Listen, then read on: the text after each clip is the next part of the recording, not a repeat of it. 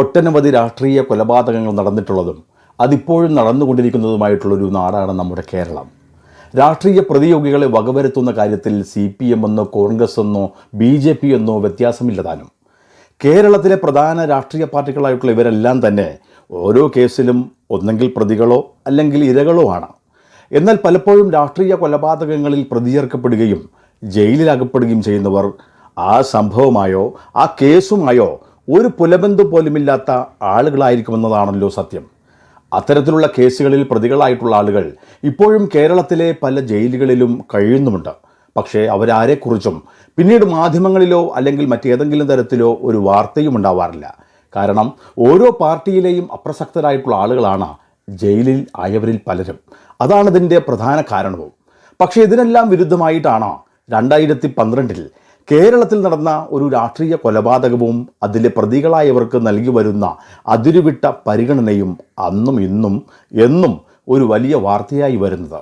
ഒരു കാലത്ത് കണ്ണൂരടങ്ങുന്ന മലബാർ മേഖലയിലെ CPMൻ്റെ കൊടിമൂത്ത നേതാവായിരുന്ന TP ചന്ദ്രശേഖരൻ CPMൽ പ്രത്യയശാസ്ത്ര വ്യതിചലനങ്ങൾ നടക്കുന്നു എന്ന് പരസ്യ വിമർശനം നടത്തി ആ പാർട്ടി വിടുകയും 2009 RMP എന്ന റവല്യൂഷണറി മാർക്സിസ്റ്റ് പാർട്ടിക്ക് രൂപം കൊടുക്കുകയും കേരളത്തിൽ അങ്ങോളമിങ്ങോളമുള്ള CPMൽ നിന്നും വിട്ടുപോയ ആളുകളുടെ ഒരു കൂട്ടായ്മ കേരളത്തിലെമ്പാടും ഉണ്ടാക്കുകയും ചെയ്തതിൻ്റെ വൈരാഗ്യത്തിലാണ് 2012 മെയ് 4 രാത്രിയിൽ CPM നേതൃത്വത്തിൻ്റെ അറിവോടുകൂടി TP ചന്ദ്രശേഖരനെ വകവരുത്തിയത്. ദിവസങ്ങളായിട്ടുള്ള രഹസ്യ നിരീക്ഷണം നടത്തി വടകര വള്ളിക്കാട്ട് വെച്ച് ഇന്നോവ കാറിൽ ചന്ദ്രശേഖരനെ പിന്തുടർന്നെത്തിയ പ്രതികൾ ബോംബെറിഞ്ഞ് വീഴ്ത്തുകയും വെട്ടിക്കൊലപ്പെടുത്തുകയുമായിരുന്നു. അതിനുശേഷം ഇന്നുവരെ TP ചന്ദ്രശേഖരനെ കുറിച്ചുള്ള വാർത്തകൾ മാധ്യമങ്ങളിൽ നിറയുകയുമാണ്. CPM നടത്തിയ നിഷ്ഠൂര കൊലപാതകത്തിൽ പ്രതിഷേധമുള്ളതാവാം TP ചന്ദ്രശേഖരൻ്റെ ഭാര്യ KK രമയെ വടകര നിയോജക മണ്ഡലത്തിൽ നിന്നുമുള്ള MLA ആയി ജനങ്ങൾ തിരഞ്ഞെടുക്കുകയും ചെയ്തത്. CPMൽ സജീവമായിരുന്ന കാലത്ത് രാഷ്ട്രീയ പ്രതിയോഗികൾക്ക് നേരെയുള്ള പദ്ധതികൾ ആവിഷ്കരിക്കുന്ന കാര്യത്തിൽ TP ചന്ദ്രശേഖരനും ഒരു മുഖ്യ പങ്കാളിത്തമുള്ള ആളായിരുന്നതിനാൽ TPയെ വധിച്ചവരിൽ യഥാർത്ഥ പ്രതികൾക്ക് പകരത്തിന് പ്രതികളെ ഹാജരാക്കാൻ സാധിച്ചില്ല എന്നുള്ളതാണ് ഒരു സത്യം. വ്യക്തമായിട്ടുള്ള തെളിവുകളുടെ അടിസ്ഥാനത്തിൽ കേസിൽ പ്രതികളായവർക്ക് കേരള ഹൈക്കോടതി അതുകൊണ്ട് തന്നെയാണ് ജീവപര്യന്തം ശിക്ഷയും വിധിച്ചത്. എന്നാൽ ഈ കേസിൽ പ്രതികളായിട്ടുള്ള എല്ലാവർക്കും തന്നെ വഴിവിട്ട സഹായങ്ങൾ ഇവിടെ ലഭിക്കുന്നു എന്നുള്ള ആക്ഷേപം നാളുകളായി നിലനിൽക്കുകയുമാണ്. ഇപ്പോൾ ഏറ്റവും അവസാനം ഈ കേസിലെ പ്രധാന പ്രതികളായിട്ടുള്ള 3 പേരെ വെറുതെ വിടുവാൻ ഉന്നതങ്ങളിൽ നിന്നുള്ള തീരുമാനമുണ്ടായതാണ് ഇപ്പോൾ ഏറെ വിവാദമായിട്ടുള്ളത്. ഇതിനെ സംബന്ധിച്ച വാദങ്ങളും പ്രതിവാദങ്ങളും നിയമസഭയ്ക്കകത്തും പുറത്തും നടന്നുകൊണ്ടിരിക്കുകയുമാണ്. TP ചന്ദ്രശേഖരനെ വധിച്ച കേസിൽ പല ഉന്നതന്മാരും പ്രതികളാക്കപ്പെടുകയും ദീർഘകാലം ജയിൽവാസം അനുഷ്ഠിക്കുകയും ചെയ്തു. എന്നാൽ ഇവിടെ മറ്റു പ്രതികൾക്ക് ഒന്നും ലഭിക്കാതിരുന്ന സഹായങ്ങൾ TP കേസിലെ പ്രതികൾക്ക് മാത്രം ലഭിക്കുന്നത് പ്രതികൾ ഭൂരിഭാഗവും CPMൻ്റെ നേതാക്കന്മാരും മറ്റുള്ളവർ അവരുടെ പ്രധാന ഗുണ്ടകളുമായതുകൊണ്ടാണ്. TPയുടെ വധം നടക്കുന്ന സമയത്ത് കേരളം ഭരിച്ചിരുന്നത് UDF സർക്കാർ ആയതുകൊണ്ടുമാണ് യഥാർത്ഥ പ്രതികളെ അന്ന് അറസ്റ്റ് ചെയ്യുവാനും ജയിലിൽ അടക്കുവാൻ വേണ്ടി സാധിച്ചതും.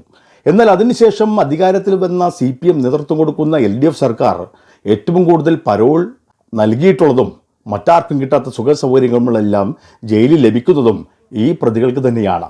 ജയിലിൽ കിടക്കുന്നതിനേക്കാൾ കൂടുതൽ ദിവസം ഈ പ്രതികൾ പുറത്താണ് ചെലവഴിച്ചിട്ടുള്ളത്. ഇപ്പോൾ നിലവിലും അങ്ങനെ തന്നെ. ഈ അടുത്ത ദിവസമാണ് ഈ കേസിലെ പ്രതികളിൽ കൊടിസുനി ഒഴിച്ച് ബാക്കി എല്ലാവർക്കും പരോൾ അനുവദിച്ചിട്ടുള്ളത്. കഴിഞ്ഞ വർഷത്തെ ആസാദിക്ക മഹോത്സവത്തിൻ്റെ ഭാഗമായി ജയിലിൽ നിന്നും പുറത്തുവിടുവാൻ തയ്യാറാക്കിയ പട്ടികയിലാണ് TP വധക്കേസിലെ പ്രതികളെ കൂടി ഉൾപ്പെടുത്തിയിട്ടുള്ളത്. അതിനായി കണ്ണൂർ സെൻട്രൽ ജയിലിൽ സൂപ്രണ്ട് കേരള പോലീസ് മേധാവിക്ക് കത്ത് നൽകിയതാണ് പിന്നീട് വിവാദമായി മാറിയത്. യഥാർത്ഥത്തിൽ TP കേസ് പ്രതികളിൽ ആരും തന്നെ ശിക്ഷ ഇളവ് ലഭിക്കുവാൻ സാധിക്കുന്നവരല്ല. ഇവരുടെ ശിക്ഷ വിധിക്കുന്ന സമയത്ത് തന്നെ ശിക്ഷ ഇളവില്ലാത്ത ജീവപര്യന്തമാണ് കോടതി അന്ന് വിധിച്ചിട്ടുള്ളതും. അതുകൊണ്ട് ഈ പ്രതികളെ ഒരു തരത്തിലും പുറത്തിറക്കുവാൻ സാധ്യമല്ല എന്ന് അറിയാവുന്നവർ തന്നെയാണ് ബോധപൂർവം ഇങ്ങനെ ഒരു നാടകീയത സൃഷ്ടിച്ചെടുത്തത്. CPMനായി കേരളത്തിലെമ്പാടുമുള്ള കൊട്ടേഷൻ ടീമിന് നേതൃത്വം കൊടുക്കുന്ന ആളുകളാണ് TP വധക്കേസിൽ ഉൾപ്പെട്ട് ഇന്ന് ജയിലിൽ അകപ്പെട്ടതിനാൽ അത് CPMനെ സംബന്ധിച്ചിടത്തോളം വലിയ ക്ഷീണമാണ് സംഭവിച്ചത്.